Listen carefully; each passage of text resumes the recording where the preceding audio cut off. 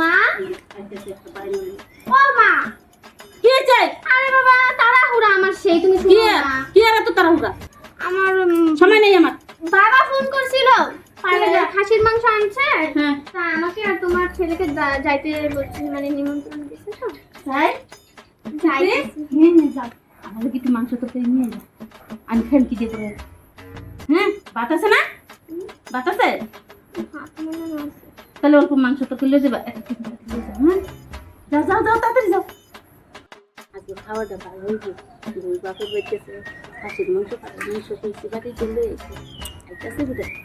মা হ্যাঁ ও তুমি কখন আইছো? এই যে এখন আসলাম কোন দিক দিয়ে গেলাম আমি তো দেখলাম না।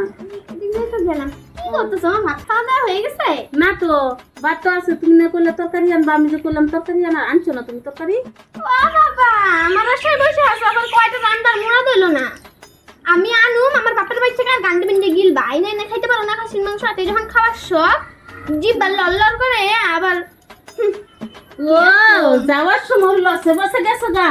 আর ওহন তুই তরকারি আনার করছি ওহন বলে নকশামি কথা। আর কোনোদিন যাইতে না লবণ বাত এই বাড়িতেই থাকবে খাইবে আর বাপের বাড়ি যাইতো না।